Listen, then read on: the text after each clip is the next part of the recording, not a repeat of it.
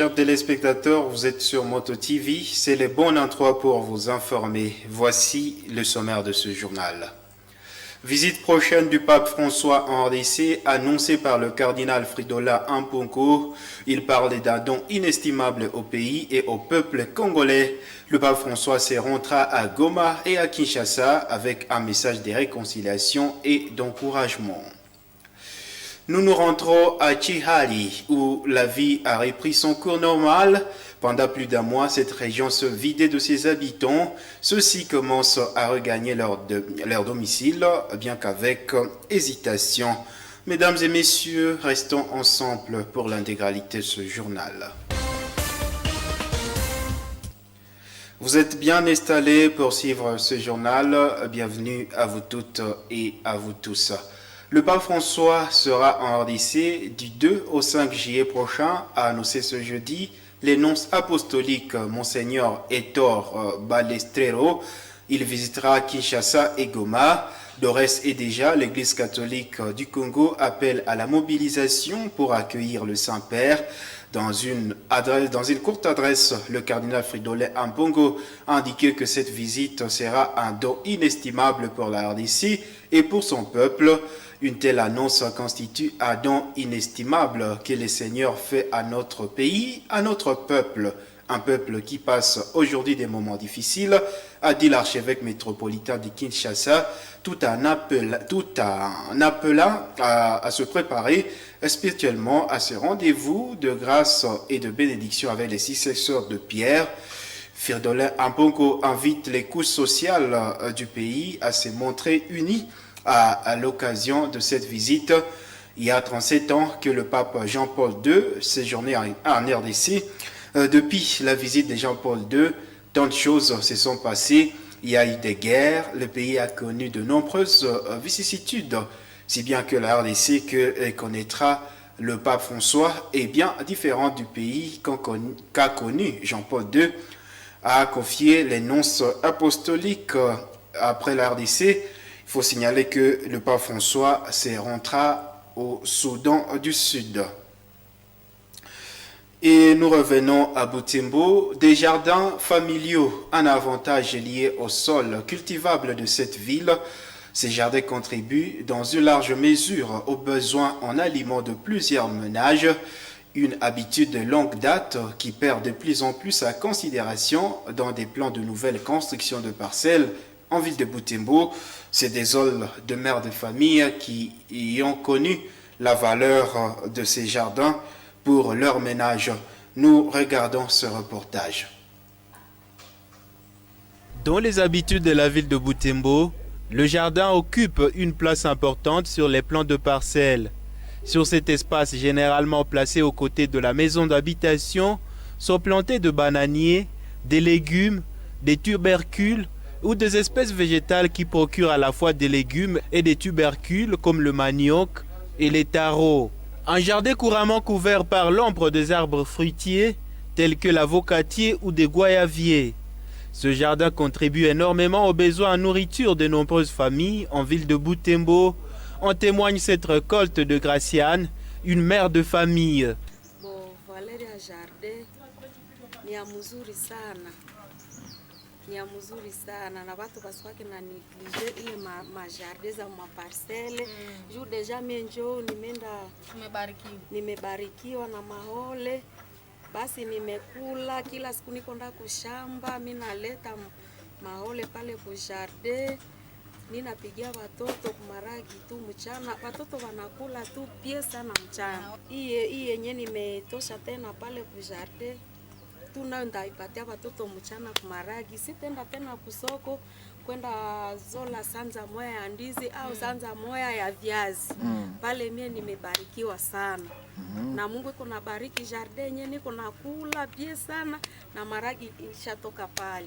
Malencontreusement, une pratique agricole en milieu urbain qui perd de plus en plus sa place dans des nouveaux ménages de Butembo, regrette Graciane. Manake tu yenye ndaambia balunga wa sasa wakwe na jenga inomba anacha mu parcele kwenye atakuwa natia hata lengalenga iwe matungula tikwe hai na kaparti tu kaizi mahole anakaacha tu pale anagabula kwa kidogo kidogo. Ile njo message yenye ninaambia balungetu basasa. Voici les jardins familiaux d'Alexandrine. Elle a hérité cette habitude de ses parents et grands-parents. Elle encourage les nouveaux mariés à la pérenniser car elle joue un rôle crucial dans l'alimentation de ménage.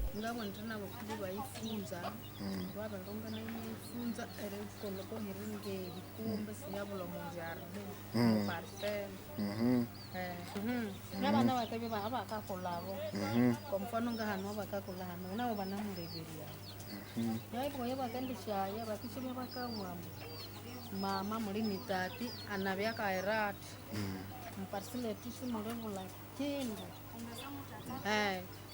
naro ebishevi bana muleveria ko byona batulo bishebe ka kolebe byewa. Le sol de la ville de Butembo est cultivable pour plusieurs espèces agricoles. Dans la culture de la place, planter des espèces qui fournissent des aliments et du médicament reste préférable aux fleurs. Et la journée dédiée à la femme s'annonce avec effervescence en ville de Butembo. MotoTV a constaté ce jeudi 3 mars que les points de vente de pagnes connaissent un engouement à 5 jours de la célébration du 8 mars. Même situation dans les ateliers des coutures qui œuvrent au centre-ville. Les tenanciers disent que cette année, la situation s'est améliorée par rapport aux 3 dernières années. C'est un reportage de Francine Moussoa.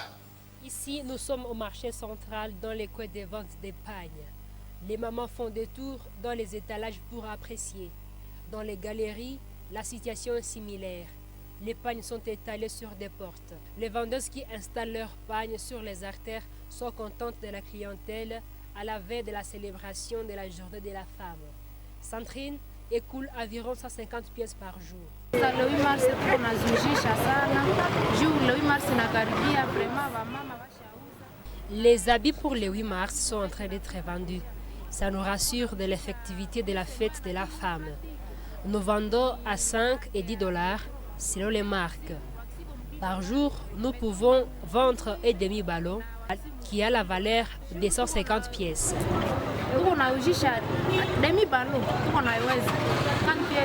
Ici, à l'atelier du centre d'application CEFOMAL, les couturières sont débordées par les demandes des clientes.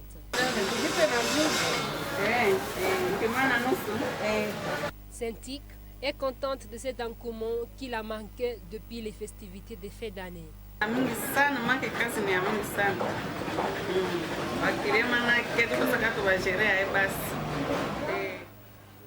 Nous sommes débordés par le travail. Où classer les habits de nos clients? Nous confectionnons à l'atelier tout comme à la maison. Et nous remercions nos clients pour la confiance portée en nous.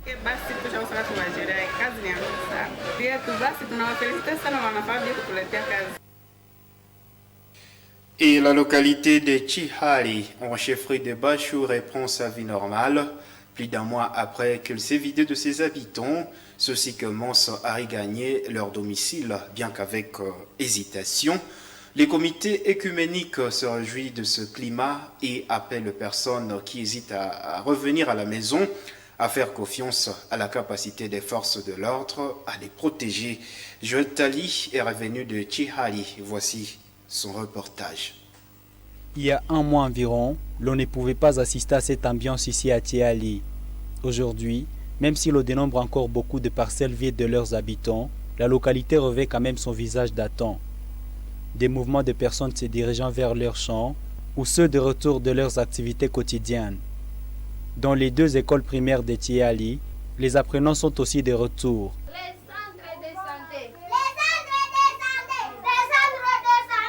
Cette accalmie est le fruit des tribunes d'expression populaire instituées chaque jeudi de la semaine. Pasteur Jean Wyclef, un des initiateurs de ces assises, se réjouit que le village reprenne son visage. Nous remercions grandement notre Seigneur Dieu parce que aujourd'hui le village de Chihali respire et paix de bonheur après les affrontements qui ont eu lieu précisément au mois de janvier. Mais aujourd'hui, quand même, nous sommes en train de constater la bonne sécurité est en train de se faire voir dans notre village. Il n'y a plus de problème. Ici à Kigali, pourquoi? Parce que les agents de sécurité, les agents de l'ordre sont en train de jouer leur rôle normalement. Il y a des retours progressifs de la population parce que 70% de la population est déjà dans leur domicile, mais il y a au moins 30% qui est encore à l'extérieur. Il n'y a plus de problème que chacun puisse regagner son domicile pour que nous puissions continuer à contribuer au développement de notre village Kiali. Ce représentant du comité écuménique de Kiali a insisté sur la nécessité pour les jeunes de se joindre aux efforts des forces de sécurité pour combattre l'insécurité dans cette agglomération. Ce que nous sommes en train de pouvoir vraiment